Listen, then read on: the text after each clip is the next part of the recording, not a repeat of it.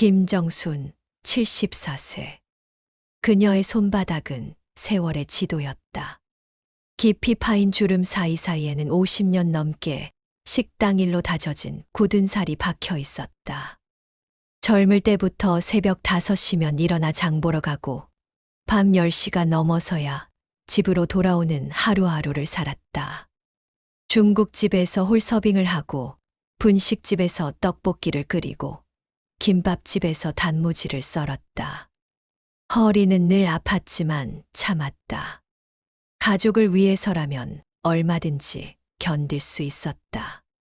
남편 영수가 간암으로 세상을 떠난 건 15년 전이었다.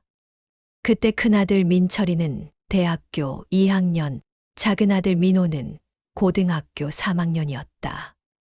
장례를 치르고 나서 정순 앞에는 2가지 선택이 있었다. 절망에 빠져 무너지거나 아니면 더욱 독하게 일어서거나. 그녀는 후자를 택했다. 애들이 있는데 엄마가 무너질 수는 없지. 정수는 매일 밤 남편 사진 앞에서 다짐했다. 다음 날부터 그녀의 하루는 더욱 바빠졌다. 새벽에는 시장에서 반찬 재료를 사다가 도시락을 만들어 팔았고, 오후에는 식당에서 일했다. 저녁에는 아이들 공부를 봐줬다. 엄마, 너무 무리하지 마. 큰아들 민철이가 가끔 걱정하며 말했지만 정수는 웃으며 고개를 저었다. 괜찮아. 엄마는 아직 젊어. 실제로는 매일 진통제를 먹어야 할 만큼 온몸이 아팠지만 아이들 앞에서는 내색하지 않았다. 그렇게 10년을 버텼다. 민철이는 대학을 졸업하고 대기업에 취직했고, 민호도 전문대를 나와서 작은 사업을 시작했다. 정수는 그제야 안도의 숨을 쉬었다. 이제 내 할 일은 다 했구나. 하지만 그녀의 고생은 끝나지 않았다. 아들들이 결혼을 하면서 새로운 문제들이 생겨났다. 민철이는 결혼 후 아내 수경과 함께 전셋집에서 살았는데 회사에서 받는 월급으로는 생활이 빠듯했다. 아이가 2이나 생기면서 지출은 늘어만 갔다. 엄마 죄송한데 전세금 좀 도와주실 수 있어요? 민철이가 처음 돈을 빌리러 왔을 때였다. 얼마나 필요한데? 5천만 원만. 나중에 꼭 갚을게요. 정수는 평생 모은 돈에서 5천만 원을 내주었다. 아들이 안정적으로 살 수 있다면 기꺼이 줄 수 있는 돈이었다. 하지만 그것은 시작에 불과했다. 작은 아들 민호는 사업에 손을 댔다가 실패하기를 반복했다. 카페를 했다가 망하고 치킨집을 했다가 망하고 온라인 쇼핑몰을 했다가 또 망했다. 그때마다 정순에게 달려와서 도움을 요청했다. 엄마, 이번엔 정말 잘 될 것 같아요. 조금만 더 투자하면. 얼마나 필요해? 3천만 원만. 아니면 2천만 원이라도. 정수는 그때마다 돈을 내주었다. 작은 아들이 성공하길 바라는 마음이었다. 하지만 민호의 사업은 번번이 실패했고 빚만 늘어갔다. 결국 그는 아내 미영과 함께 정순의 집으로 들어왔다. 엄마, 잠깐만 신세질게요. 다시 일어설 때까지만. 그렇게 해서 정순의 작은 아파트에는 점점 사람이 늘어났다. 큰아들 민철이도 회사에서 구조조정을 당하면서 전세집을 빼고 어머니 집으로 왔다. 엄마, 죄송해요. 새 직장 구할 때까지만. 30평도 안 되는 아파트에 어른 6명과 아이 3명이 함께 살게 되었다. 정수는 거실에서 잠을 자고 자신의 방은 며느리들에게 내주었다. 괜찮아. 가족끼리 뭘. 정수는 웃으며 말했지만 실제로는 매일이 전쟁 같았다. 아침에 일어나면 제일 먼저 해야 할 일은 화장실 순서를 정하는 것이었다. 9명이 화장실 하나를 써야 했으니까. 할머니, 먼저 하세요. 아니야, 너희가 먼저 해. 할머니는 나중에. 정수는 늘 마지막에 화장실을 사용했다. 식사 준비는 더 큰 문제였다. 9명이 먹을 밥을 혼자서 준비해야 했다.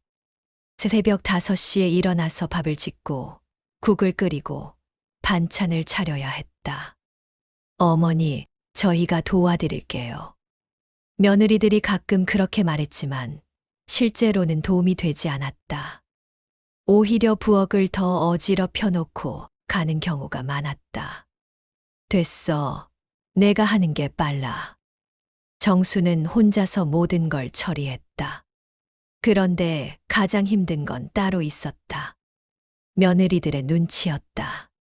어머니, 이 집 구조가 너무 답답해요. 큰 며느리 수경이가 불평했다.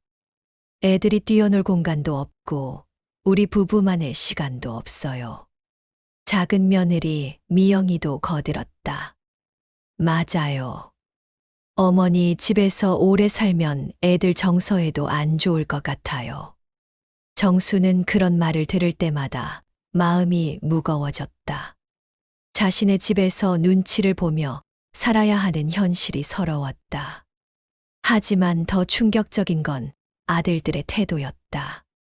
엄마, 솔직히 말하면 집을 팔아서 나눠 가지는 게 어떨까요? 어느 날 민철이가 조심스럽게 말했다. 그럼 어머니도 편하시고 저희도 각자 살 수 있고. 정수는 귀를 의심했다. 뭐라고? 아, 그런 뜻이 아니라 어머니도 요양원에 가시면 더 편하실 것 같아서요. 민호도 거들었다. 맞아요, 엄마. 여기서 혼자 사시기에는 너무 큰 집이에요. 관리도 힘드시고. 정수는 아무 말도 할 수 없었다. 자신이 평생 모은 집을 팔아서 나눠 가지자고, 자신은 요양원에 보내자고. 생각해 볼게. 정수는 겨우 그 말만 했다. 그날 밤, 정수는 잠을 이룰 수 없었다. 거실 소파에 누워서 천장을 바라보며 생각했다. 내가 언제부터 이렇게 된 걸까? 언제부턴가 자신의 집이 자신의 집 같지 않았다. 냉장고에는 자신이 사지 않은 음식들이 가득했고, 거실에는 자신이 사지 않은 물건들이 널려 있었다. 자신의 방에서는 며느리가 자고, 자신은 거실 소파에서 잤다. 내가 손님인가? 아들들이 손님인가? 정수는 매일 냉장고 속 김치처럼 묵혀만 가는 기분이었다. 아무도 자신에게 관심을 갖지 않고 그저 귀찮은 존재로 여기는 것 같았다. 아침이 되면 9명의 아침 식사를 준비해야 했다. 손끝이 닳도록 만든 반찬들은 고맙다는 말 한마디 없이 사라졌다. 할머니가 만든 김치 맛없어. 손자가 투덜거렸다. 엄마가 사온 김치가 더 맛있어. 정수는 아무 말도 하지 않았다. 50년 넘게 김치를 담가온 자신의 손맛을 부정당하는 기분이었지만 참았다. 어머니, 요즘 마트에서 파는 반찬이 더 맛있어요. 며느리가 무심코 던진 말이었지만 정순에게는 칼날 같았다. 그렇게 하루하루가 지나갔다. 아침에 일어나서 청소하고 빨래하고 밥 짓고 설거지하고 74세의 몸으로는 너무 버거운 일들이었지만 누구도 도와주지 않았다. 어머니가 할 일이 있어야 치매도 안 오죠. 며느리들이 그렇게 말하며 모든 집안일을 정순에게 떠넘겼다. 정순은 가끔 거울을 보며 생각했다. 언제부터 내가 이렇게 늙었을까? 거울 속의 자신은 너무나 초라해 보였다. 구부정한 어깨, 주름투성이 얼굴, 거친 손. 한때는 당당했던 자신의 모습은 어디에도 없었다. 하지만 가장 힘든 건 마음의 상처였다. 자신이 평생 사랑하고 키운 아들들이 자신을 짐처럼 여기고 있다는 사실이었다. 엄마, 언제까지 이렇게 살 거예요? 민철이가 어느 날 직설적으로 물었다. 우리도 우리 삶이 있어요. 독립해서 살고 싶어요. 정수는 그 말을 들으며 깨달았다. 자신은 더 이상 사랑받는 어머니가 아니라 부담스러운 존재가 되어버렸다는 것을. 그날 밤, 정수는 남편 사진을 보며 혼자 중얼거렸다. 여보, 내가 뭔가 잘못한 걸까요? 아이들을 너무 잘해준 걸까요? 사진 속 남편은 여전히 온화하게 웃고 있었다. 이제 어떻게 해야 할지 모르겠어요. 정순의 눈에서 눈물이 흘러내렸다. 74년을 살아오면서 이렇게 외롭고 무력하다고 느낀 적은 처음이었다. 하지만 그녀는 아직 몰랐다. 이것이 단순한 시작에 불과하다는 것을, 그리고 더 큰 충격이 기다리고 있다는 것을. 바로 다음 날, 정수는 자신의 귀를 의심하게 만드는 대화를 듣게 될 것이었다. 그리고 그 순간, 그녀의 인생은 완전히 달라지게 될 것이었다. 그날은 유난히 비가 많이 내렸다. 정수는 우산을 쓰고 시장을 나서면서 한숨을 쉬었다. 장바구니가 평소보다 더 무거웠다. 9명이 먹을 식료품을 사려다 보니 양이 만만치 않았다. 쌀 10kg, 양파 3kg, 감자 2kg, 그리고 아이들이 좋아하는 과일까지. 74세의 몸으로는 버거운 무게였다. 몇 번 쉬어가며 집까지 왔는데 비까지 억수같이 쏟아졌다. 휴, 이제 다 왔다. 정수는 아파트 현관 앞에 도착해서 우산을 털었다. 엘리베이터를 타고 12층에 올라가서 자신의 집 앞에 섰다. 그런데 뭔가 이상했다. 현관에 낯선 구두 2켤레가 놓여 있었다. 하나는 남자용 정장 구두였고 다른 하나는 여자용 하이힐이었다. 정순이 아는 신발이 아니었다. 누가 왔나? 정수는 고개를 갸웃거리며 열쇠로 문을 열려고 했다. 그런데 안에서 목소리가 들렸다. 형님, 솔직히 말해서. 민호의 목소리였다. 하지만 평소보다 낮고 조심스러웠다. 정수는 문을 열기 전에 잠시 멈췄다. 누군가와 중요한 이야기를 하고 있는 것 같았다. 이 집도 결국 우리 몫 아닌가요? 민호의 말이 계속 이어졌다. 정수는 순간 숨이 막혔다. 무슨 말인지 정확히 알 수는 없었지만 뭔가 자신에 관한 이야기인 것 같았다. 조심스럽게 문을 살짝 열어보니 거실에서 대화가 계속되고 있었다. 맞아요, 형님. 이번에는 낯선 여자 목소리였다. 아마 민호의 친구나 동료인 것 같았다. 어머니도 나이 드셨고 요양원 들어가셔야죠. 우리도 살아야 하니까. 정수는 그 말을 듣는 순간 머리가 하얘졌다. 요양원, 자신을 요양원에 보내겠다는 이야기였나? 그렇긴 한데, 어머니가 쉽게 동의하실까요? 민철이의 목소리도 들렸다. 큰아들도 이 대화에 참여하고 있었다. 형님, 어르신들은 다 그래요. 처음에는 반대하지만 시간이 지나면 적응하세요. 낯선 남자 목소리였다. 아마 부동산 관련 사람인 것 같았다. 이 집 시세가 지금 얼마 정도 되죠? 민호가 물었다. 이 동네는 재개발 예정지라서 3억 5천 정도 될 것 같은데요. 조금 더 기다리면 더 오를 수도 있고요. 정수는 현관에 서서 장바구니를 바닥에 내려놓았다. 손이 떨려서 더 이상 들고 있을 수 없었다. 자신의 아들들이 눈앞에서 유산 분할 회의를 하고 있었다. 그것도 자신이 살아있는데 말이다. 그럼 형님이 2억, 저는 1억 5천 정도 받으면 되겠네요. 민호의 말에 정순의 귀끝이 붉게 달아올랐다. 근데 어머니 요양원비는 어떻게 하죠? 민철이가 물었다. 국가에서 지원해 주는 게 있어요. 그리고 어머니 연금으로도 어느 정도 충당할 수 있고요. 낯선 여자가 대답했다. 다행이네요.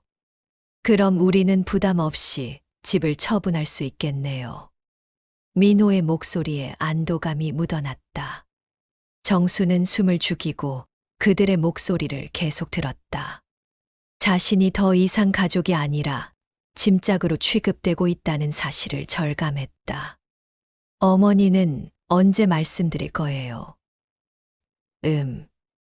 조금 더 때를 봐야겠어요. 갑자기 말하면 충격받으실 수도 있고. 민철이가 신중하게 말했다. 하지만 너무 늦으면 안 되죠. 어머니 건강이 더 나빠지기 전에 결정하는 게 좋을 것 같은데요. 낯선 남자가 조언했다. 정수는 더 이상 듣고 있을 수 없었다. 조용히 현관문을 닫고 복도에서 잠시 기다렸다. 10분 정도 지나자 현관문이 열리면서 낯선 남녀가 나왔다. 정수는 엘리베이터 쪽으로 몸을 숨겼다. 그럼 다음 주에 다시 연락드릴게요. 네, 고생하셨습니다. 낯선 사람들이 떠나고 나서 정수는 다시 집 문 앞으로 갔다. 이번에는 평소처럼 문을 열었다. 엄마 오셨어요? 민호가 당황한 표정으로 인사했다. 응, 장 보고 왔어. 정수는 최대한 자연스럽게 대답했다. 비 많이 와서 힘드셨죠? 민철이도 나와서 인사했다. 괜찮아. 그런데 누가 왔더니 구두가 있던데. 정순이 조심스럽게 물었다. 아, 그냥 친구들이었어요. 민호가 얼버무렸다. 무슨 일로 왔는데? 별거 아니에요. 그냥 안부차 들렀어요. 민철이도 말을 흐렸다. 정수는 더 이상 묻지 않았다. 이미 모든 걸 들었으니까. 그날 저녁 식사는 평소와 다름없이 진행됐다. 하지만 정수는 입맛이 없었다. 아들들이 웃으며 대화하는 모습을 보니 더욱 씁쓸했다.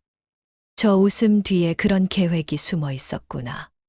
정수는 밥을 거의 먹지 못했다. 어머니, 괜찮으세요? 안 드세요? 수경이가 물었다. 응, 배가 안 고팠어. 감기 기운 있는 거 아니에요. 오늘 비 맞으셨잖아요. 미영이도 걱정하는 척했다. 이것들이 내 앞에서는 걱정하는 척하면서 정수는 속으로 화가 났지만 내색하지 않았다. 그날 밤 정수는 잠을 이룰 수 없었다. 낮에 들은 대화가 계속 머릿속에서 맴돌았다. 요양원에 보내려고? 집을 팔아서 나누려고? 내가 살아있는데. 정수는 화가 나면서도 한편으로는 허탈했다. 자신이 평생 사랑하고 헌신한 아들들이 이런 생각을 하고 있었다니. 다음 날 아침 민호가 먼저 입을 열었다. 엄마, 상의할 게 있어요. 뭔데? 저희 신혼집 얘기인데요. 전세금이 좀 부족해서요. 정수는 이미 예상했던 대화였다.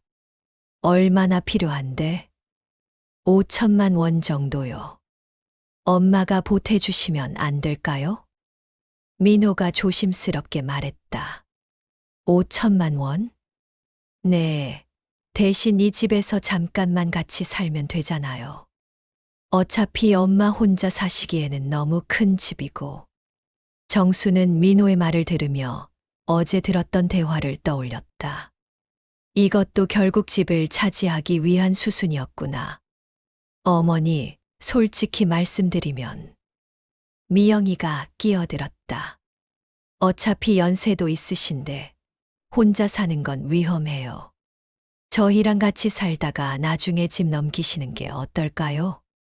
정수는 그 말을 듣고 깨달았다. 이들은 처음부터 자신의 집을 노리고 있었다는 것을. 그래, 알았다. 정수는 웃으며 대답했다. 정말요. 고마워요, 엄마. 민호가 기뻐했다. 어머니, 정말 현명한 선택이세요. 미영이도 만족스러워했다. 하지만 정순의 웃음은 진짜가 아니었다. 그녀는 이미 다른 계획을 세우고 있었다. 그날 밤, 정수는 남편 사진 앞에 앉았다. 여보, 아이들이 이렇게 변할 줄 몰랐어요. 사진 속 남편은 여전히 온화하게 웃고 있었다. 평생 저희를 위해 살았는데, 이제는 짐짝 취급을 하네요. 정순의 눈에서 눈물이 흘러내렸다. 하지만 이대로 당할 수는 없어요. 제가 뭔가 해야겠어요. 정수는 그날 밤 결심했다. 집을 지키는 건 자신뿐이라는 것을. 그리고 더 이상 아들들의 좋은 대로 당하지 않겠다는 것을.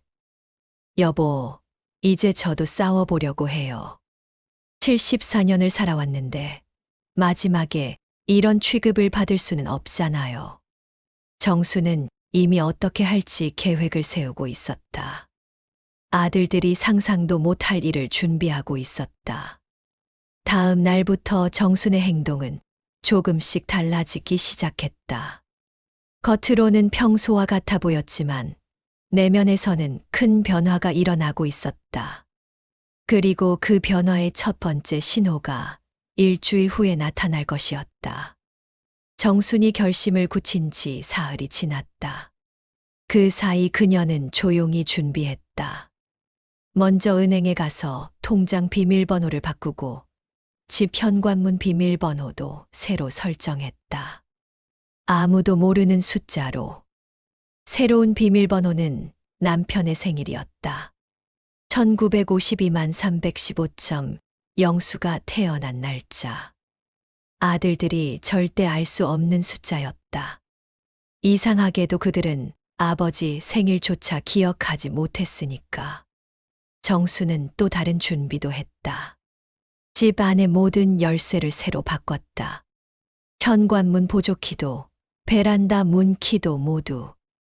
아들들이 복사해간 열쇠들을 무용지물로 만들어버렸다. 이제 진짜 내 집이야. 정수는 새 열쇠들을 손에 쥐고 중얼거렸다. 그리고 운명의 날이 왔다.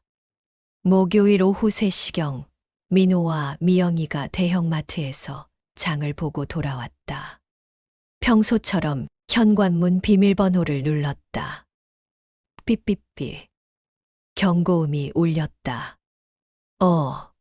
왜 안 열려? 미영이가 당황했다. 비밀번호 잘못 눌렀나? 다시 해봐. 민호가 직접 비밀번호를 눌렀다. 천사점 천사라는 뜻으로 정순이 몇 년 전에 설정한 번호였다. 삐삐삐. 또 경고음이 울렸다. 여보, 비밀번호 왜 안 돼? 이상하네. 엄마가 바꾸셨나? 민호는 몇 번 더 시도해봤지만 결과는 같았다. 문이 열리지 않았다. 엄마, 엄마. 민호가 인터폰을 눌러가며 소리쳤다. 비밀번호 바꾸셨어요? 문이 안 열려요. 잠시 후 안에서 정순의 목소리가 들렸다. 평소와 달리 차분하고 단호했다. 응, 바꿨다. 왜요? 갑자기 왜 바꾸셨어요? 미영이가 당황해서 물었다. 이제 내 허락 없이는 아무도 못 들어온다. 정순의 대답은 간결했다. 엄마, 뭔 소리예요? 우리가 가족인데. 민호의 얼굴이 일그러졌다. 문 열어주세요. 장 본 것도 무겁고 아이스크림도 녹아가요. 미영이가 억지로 웃으며 말했다. 가족이면 뭐하니? 정순의 목소리가 냉정해졌다. 나를 손님보다 못하게 대했는데 이제 와서 가족이라고? 엄마, 이게 무슨 짓이에요? 민호가 소리쳤다. 짓. 내 집에서 내가 하는 일이 짓이야? 정수는 전혀 흔들리지 않았다. 그때 큰아들 민철이와 수경이도 돌아왔다. 현관 앞에서 벌어지는 상황을 보고 놀랐다. 무슨 일이야? 형님, 엄마가 비밀번호 바꿔서 집에 못 들어가요. 뭐? 정말.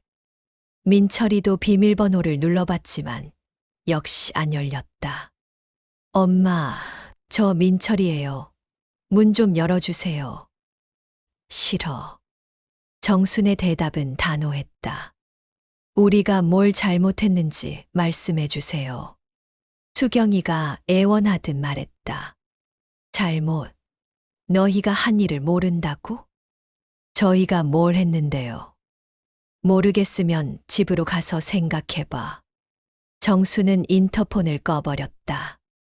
현관 앞에 남겨진 두 가족은 서로를 바라보며 당황했다. 이게 무슨 일이야? 엄마가 왜 갑자기 이러시지? 아이들도 울기 시작했다. 집에 들어가지 못해서 복도에서 기다려야 했다. 할머니, 할머니.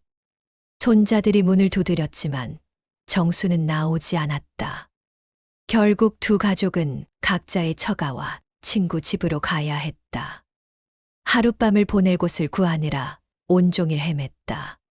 그날 밤 정수는 혼자 조용한 집에서 저녁을 먹었다. 오랜만에 평화로운 식사였다. 9명분을 준비할 필요도 없고 누구 눈치 볼 필요도 없었다. 참 조용하네.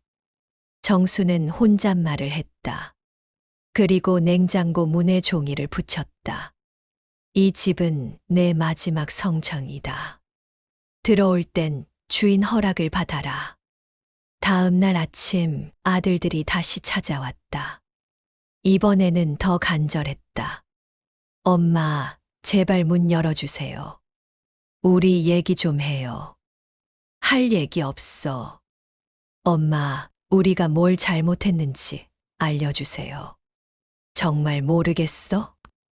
정순이 인터폰으로 물었다. 네, 정말 모르겠어요. 그럼 계속 생각해봐. 언젠가는 깨달을 거야. 그날도 아들들은 집에 들어가지 못했다. 며느리들은 복도에서 수군댔다. 어머니가 치매 오신 거 아냐? 갑자기 이상하게 행동하시잖아. 병원에 모셔가야 하는 거 아닐까? 이런 고집 때문에 우리가 힘든 거잖아. 하지만 정수는 전혀 흔들리지 않았다. 오히려 더 단단해졌다. 사흘째 되는 날, 아들들이 또 찾아왔다. 이번에는 온 가족이 함께였다. 엄마, 우리 진짜 잘못했어요. 무릎 꿇고 사과할게요. 민철이가 실제로 무릎을 꿇었다. 제발 문 열어주세요. 아이들이 너무 힘들어해요. 수경이도 울먹였다. 정수는 그제야 인터폰을 켰다. 늙으면 바보인 줄 아냐? 정순의 목소리는 차갑게 울렸다. 나는 아직도 내 손으로 밥도 하고 내 머리로 계산도 한다. 엄마, 너희가 뭘 했는지 다 알고 있어. 내가 듣고 있는 줄도 모르고 유산 분할 얘기하더구나. 순간 복도가 조용해졌다.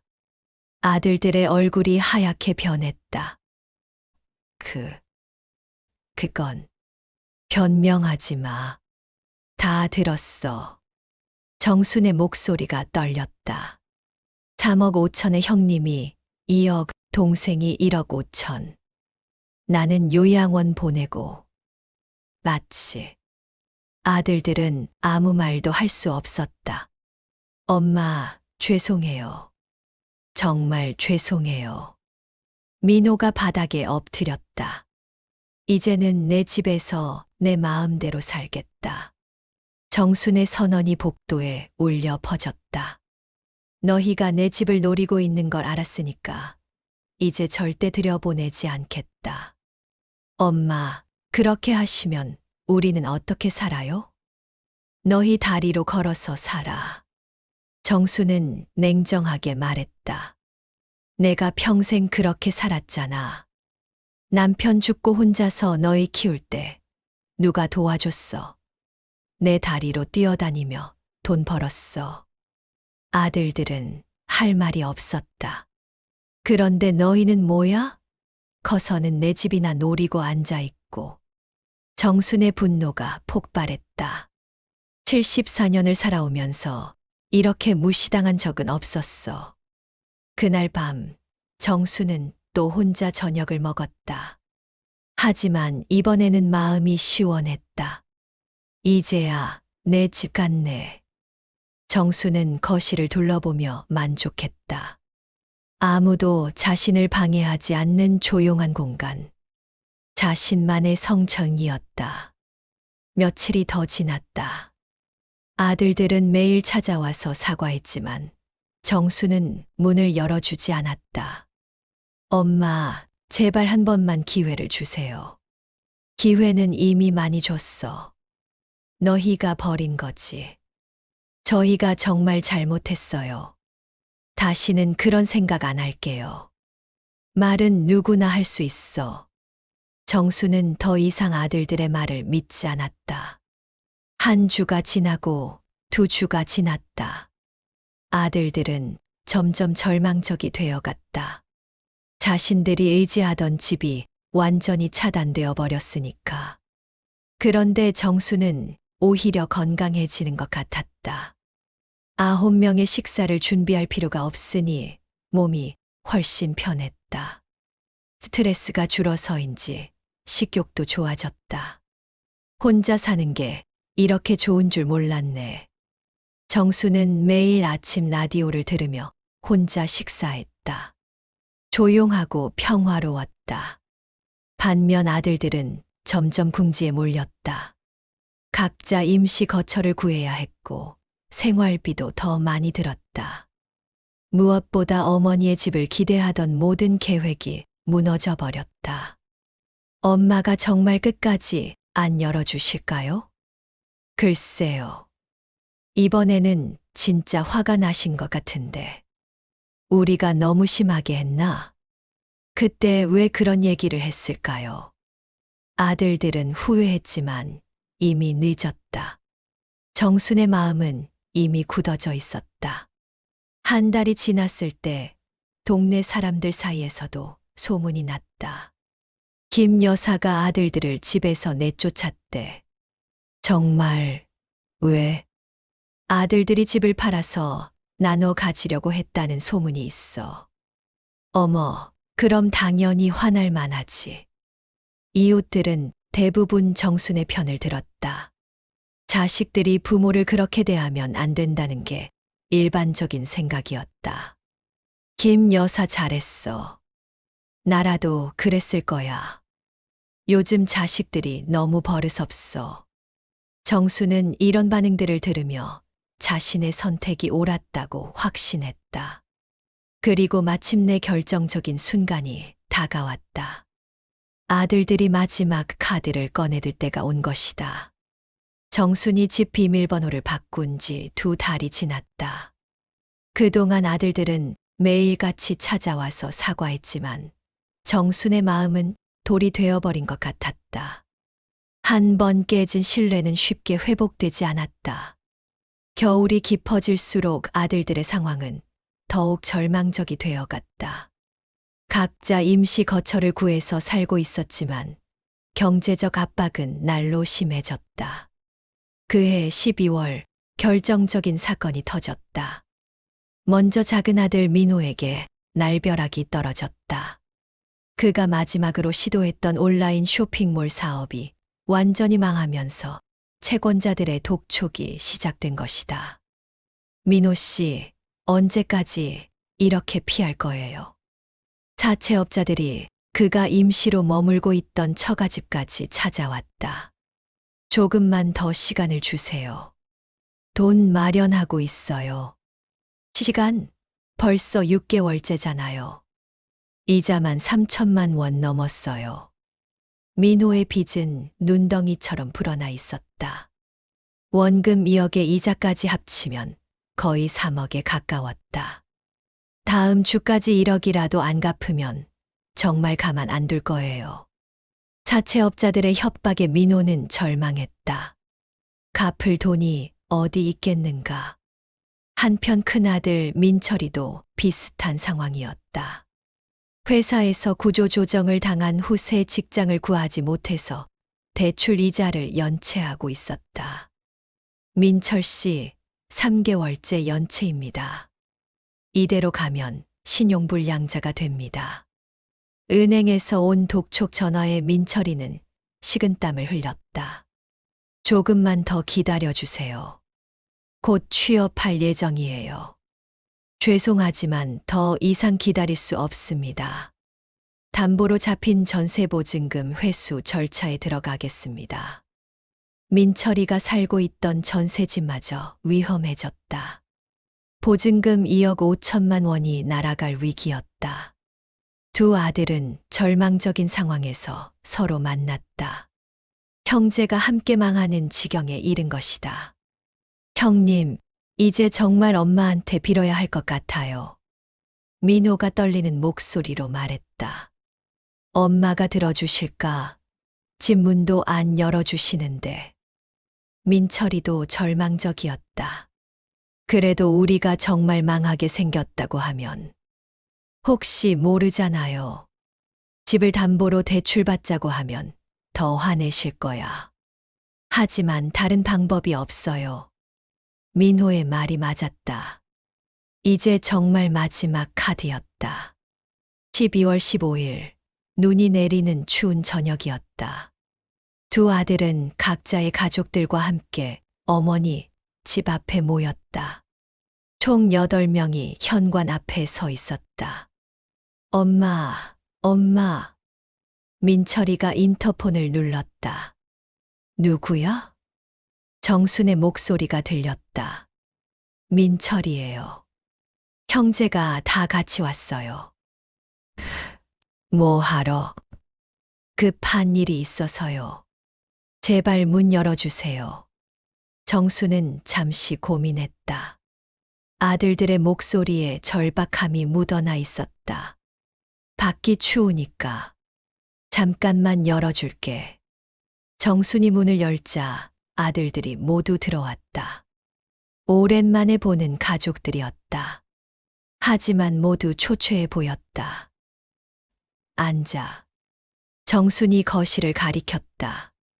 엄마, 저희가. 민철이가 말을 시작하려 했지만 정순이 손을 들어 막았다. 먼저 차라도 한 잔 해. 정수는 부엌에서 차를 끓였다.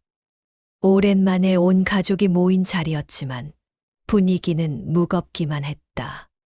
차를 내온 후 민철이가 조심스럽게 입을 열었다. 엄마, 저희가 정말 큰일 났어요. 무슨 일인데? 정순이 차분하게 물었다. 민호가. 사업 빚이 3억이 넘었어요. 사채업자들이 협박하고 있어요. 그리고 저도 대출 연체로 전세집을 잃을 위기예요. 민철이의 목소리가 떨렸다. 그래서 어쩌자는 거야? 정순의 목소리는 여전히 차가웠다. 그때 민호가 갑자기 바닥에 무릎을 꿇었다. 엄마, 제발 도와주세요. 뭘 어떻게 도와달라는 거야? 집을 담보로 대출 좀 해주세요. 안 그러면 우리 정말 다 길바닥에 앉아요. 민호의 절규의 정수는 차가운 눈빛으로 아들을 내려다봤다. 길바닥에 앉으면 뭐 어떠냐? 정순의 말에 민호는 당황했다. 엄마, 내가 평생 너희 키울 때는 길바닥에 나 앉을까봐 두려워도 참고 일했어. 정순의 목소리가 떨렸다. 그런데 너희는 뭘 했니?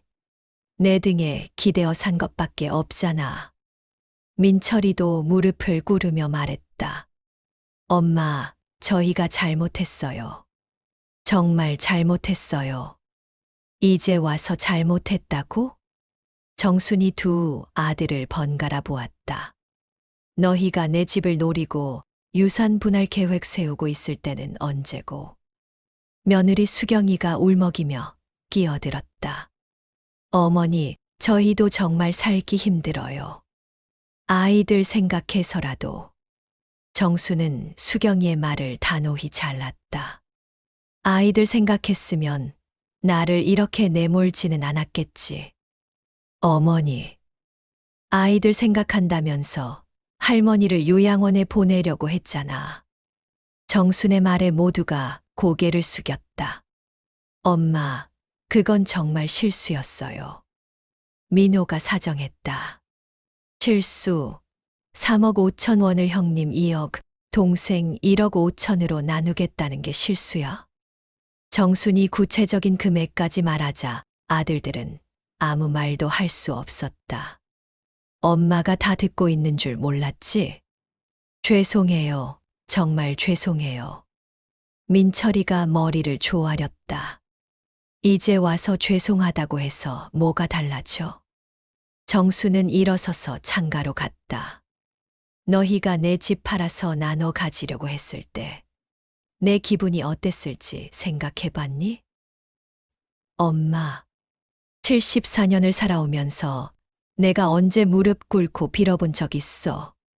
정순의 목소리가 높아졌다.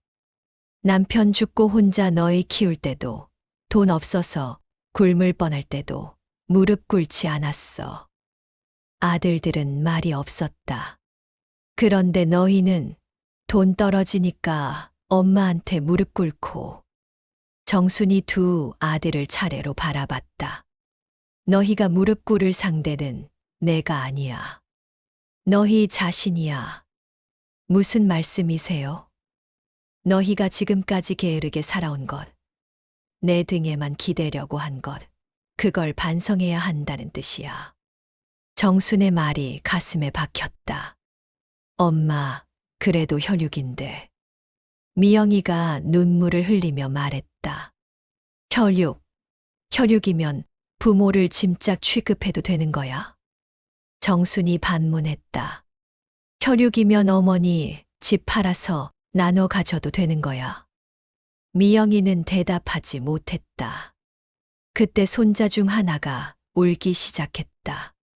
어른들의 싸움에 무서워진 것이다. 할머니, 무서워요. 아이의 말에 정순의 마음이 잠시 흔들렸다. 하지만 곧 다시 단단해졌다. 얘야, 무서워할 것 없어. 할머니는 나쁜 사람이 아니야. 정순이 아이를 달래며 말했다. 다만 할머니도 존중받고 싶을 뿐이야. 그 순간 아들들의 눈빛은 절망으로 가득 찼다. 마지막 희망마저 사라져버린 것이다. 하지만 정수는 마음속 깊은 곳에서 오히려 시원함을 느꼈다. 평생 무릎 꿇고 살던 건 자신이었다는 사실을 깨달았기 때문이었다. 이제 가. 정순이 아들들에게 말했다. 엄마, 더 이상 할 말 없어. 가서 너희 힘으로 살아봐. 정말 도와주실 생각 없으세요? 민호가 마지막으로 물었다. 없어. 정순의 대답은 단호했다.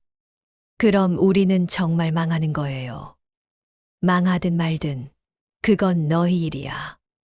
정순은 냉정하게 말했다. 내가 너희를 평생 책임질 의무는 없어. 아들들은 절망적인 표정으로 일어섰다. 더 이상 할 말이 없었다. 엄마, 후회하실 거예요. 민철이가 마지막으로 던진 말이었다. 후회, 내가 뭘 후회해. 저희가 망하면 엄마도 혼자가 되잖아요. 혼자가 어때서? 혼자가 편해. 정순의 말에 민철이는 더 이상할 말이 없었다.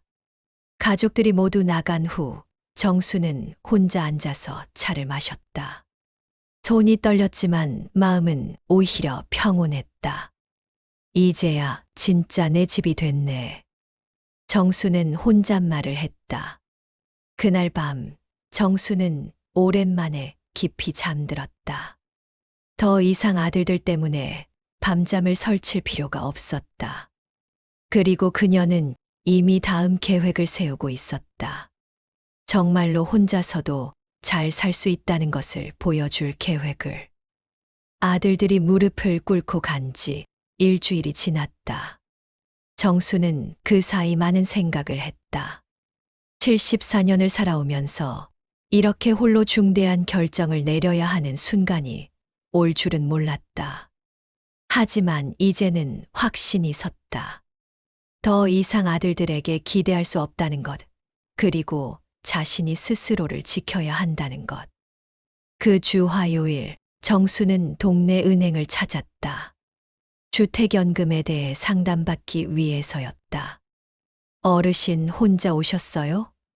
보통은 가족분들과 함께 오시는데. 은행 직원이 조심스럽게 물었다. 혼자 결정할 일이에요. 정순의 목소리는 단호했다. 그런데 주택연금은 중요한 결정이라서 가족분들과 상의하시는 게 좋을 것 같은데요. 상의할 가족이 없어요. 정순의 말에 직원은 더 이상 묻지 않았다. 그럼 자세히 설명해 드릴게요. 직원은 주택연금 제도에 대해 차근차근 설명했다. 정순의 집 시세가 3억 5천만 원 정도 되니까 매월 약 90만 원 정도 받을 수 있다고 했다. 90만 원이면 혼자 살기에는 충분하겠네요. 정순이 중얼거렸다. 네, 생활비로는 충분하실 것 같아요. 하지만 나중에 상속받으실 분들에게는 상속받을 사람 없어요. 정순이 단호하게 말했다. 그럼 더 좋으시겠네요. 부담 없이 받으실 수 있으니까.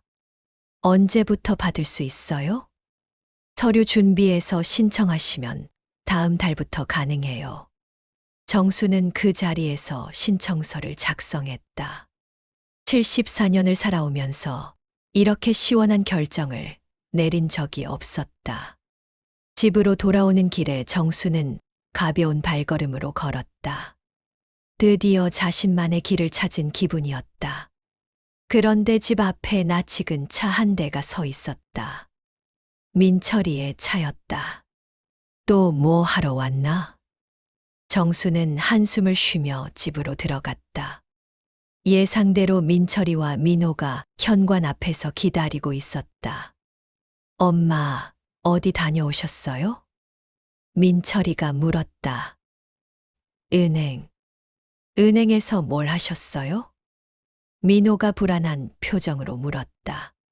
주택연금 신청했어. 정순의 말에 두 아들의 얼굴이 하얗게 변했다. 뭐요? 주택연금을 하셨다고요? 응. 정수는 담담하게 대답했다. 엄마, 그건 안 돼요. 우리 상의도 없이 어떻게 그런 걸 하세요? 민철이가 소리쳤다. 상해? 정순이 냉소적으로 웃었다. 너희는 상의도 없이 내 인생을 팔아치우려 했잖아. 그건 그때 얘기고, 이번에는 내가 먼저 결정한 거야. 정순의 목소리는 차가웠다. 엄마, 주택연금 하시면 집이 우리 것이 아니게 되잖아요. 민호가 절규했다. 원래 너희 것이 아니야. 내 것이지. 하지만 나중에 상속받을. 상속, 누가 상속해달라고 했어. 정순이 반문했다. 엄마, 내가 언제 너희한테 이 집 물려주겠다고 약속했니? 아들들은 할 말이 없었다. 그리고 너희가 원하는 건 집이 아니라 돈이잖아. 팔아서 나눠 가지려고 했으니까. 정순의 말이 정곡을 찔렀다. 엄마, 그럼 저희는 어떻게 살아요? 너희 다리로 걸어서 살아. 정수는 냉정하게 말했다. 남들은 다 부모 도움 없이 사는데 너희만 못 살 이유가 뭐야?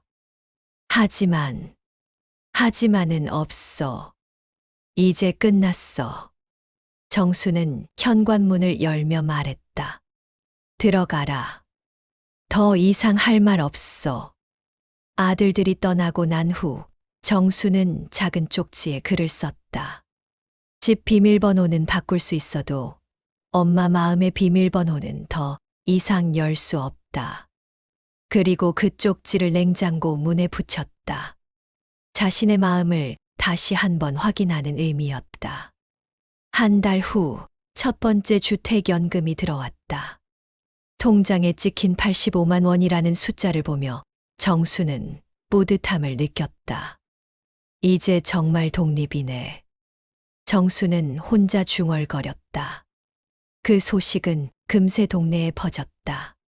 김 여사가 주택연금을 신청했다는 소문이었다. 정말요. 자식들 놔두고 자식들이 집 노리고 있었다던데요. 그럼 잘한 거네요. 요즘 자식들이 어디 부모를 부모로 봐요? 이웃들의 반응은 대부분 정순을 지지하는 쪽이었다.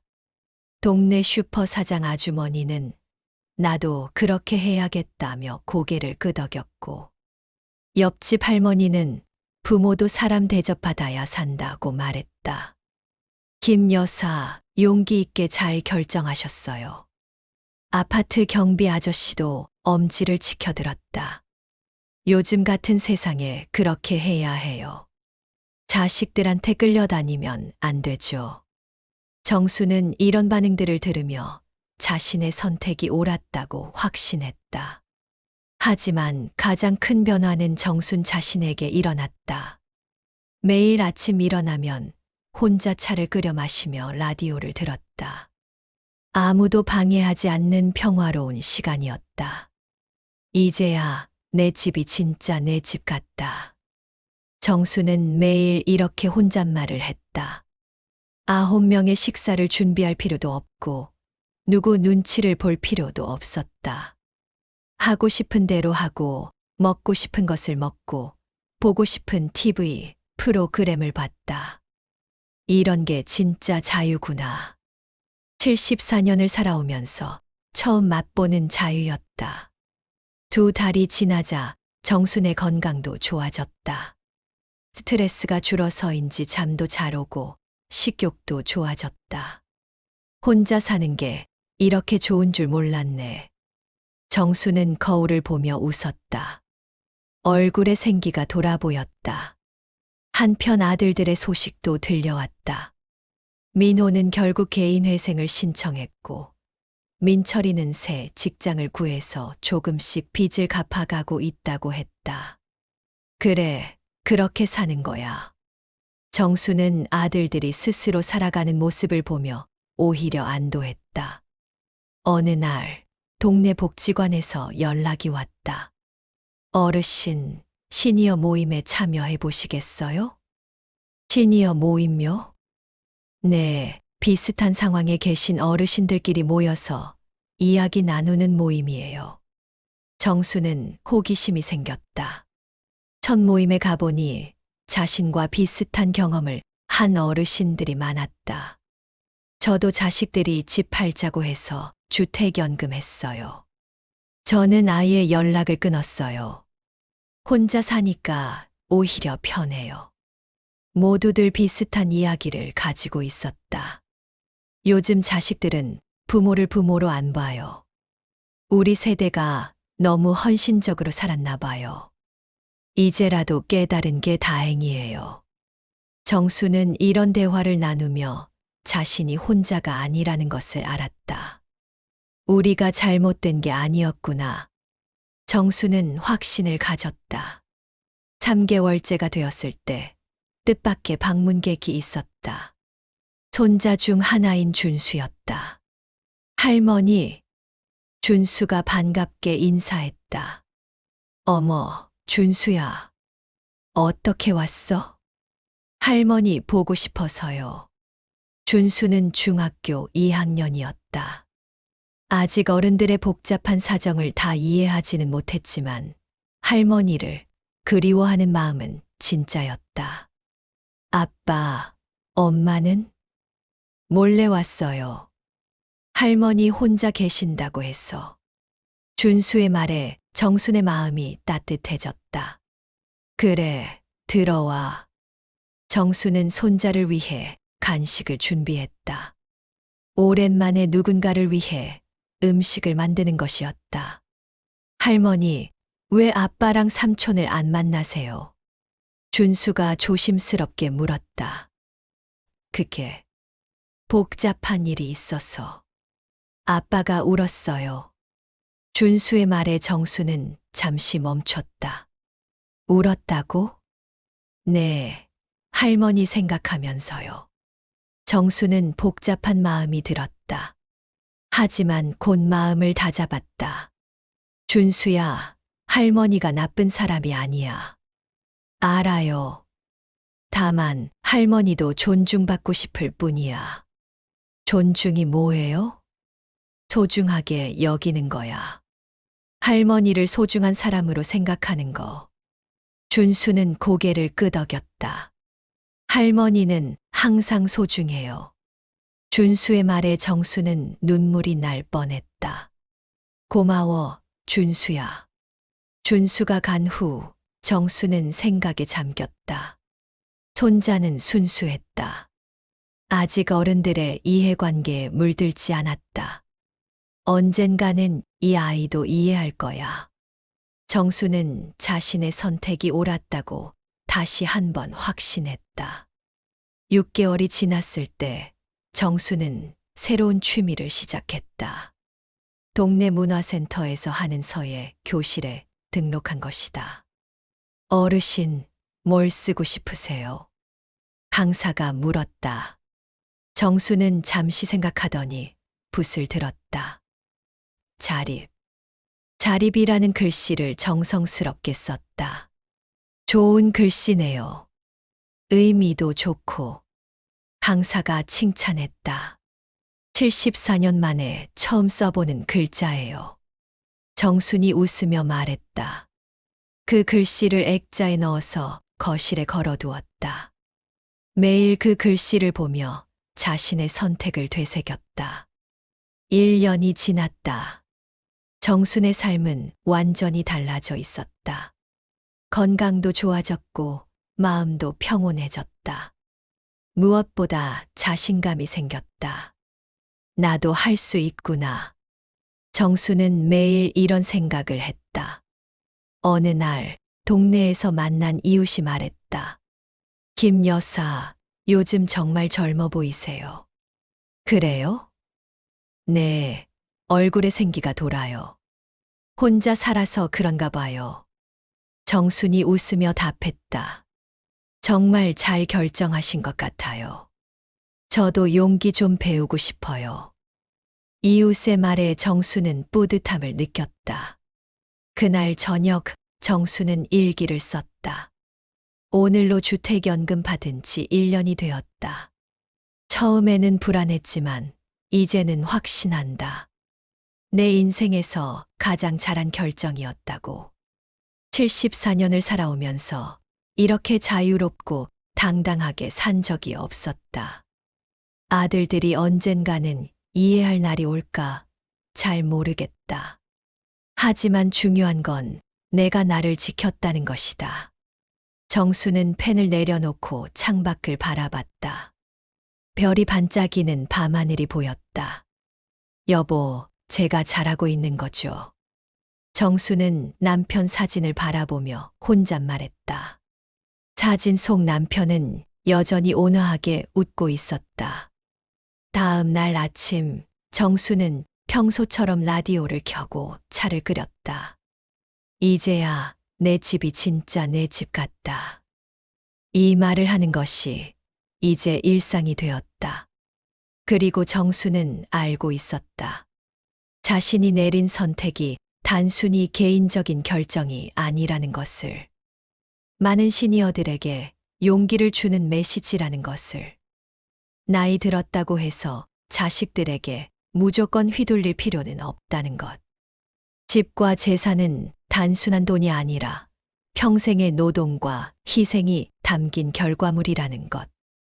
때로는 문을 닫는 용기가 가족 관계를 새롭게 정의하는 시작이 될 수 있다는 것. 정순의 이야기는 이제 그녀만의 것이 아니었다. 비슷한 상황에 있는 모든 시니어들의 이야기가 되었다. 그리고 그 이야기는 계속될 것이다. 자존심과 존엄을 지키며 살아가는 모든 어르신들의 이야기로.